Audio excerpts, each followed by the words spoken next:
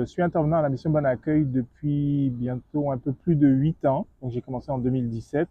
J'ai un arrière-plan en soins infirmiers, donc je travaille en hôpital. La mission Bon Accueil, c'est un organisme qui œuvre auprès des personnes en situation de vulnérabilité depuis maintenant 133 ans.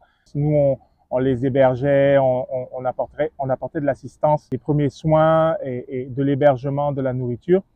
Mais on s'entendait qu'il y avait des problématiques qui étaient beaucoup plus profondes. On remarquait que souvent dans des discussions avec les personnes, il y avait des traumas qui étaient adressés que nous ne pouvions pas traiter. Médecins du Monde s'en allait vers cette offre de service là où ce que les personnes en situation d'itinérance se trouvaient.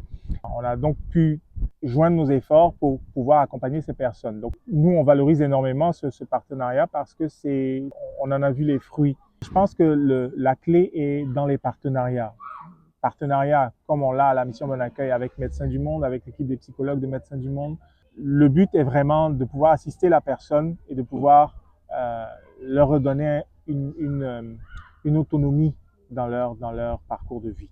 On a un participant qui est revenu dans nos services, testait porte tournante, in and out, qui utilisait nos services, qui partait avant le temps, qui découchait, qui consommait.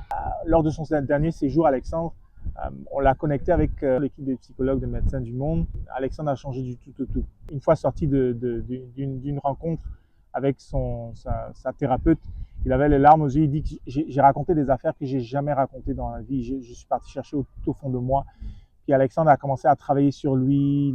Il attendait impatiemment les rencontres avec la psychologue d'un personnage qui était littéralement courbé au vrai sens du terme.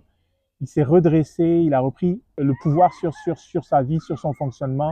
Alexandre, il est en emploi, il a des hobbies, il est en logement. D'apporter des services, d'apporter ce soutien à ces personnes-là, c'est valorisant et c'est pas comme un coup d'épée dans l'eau.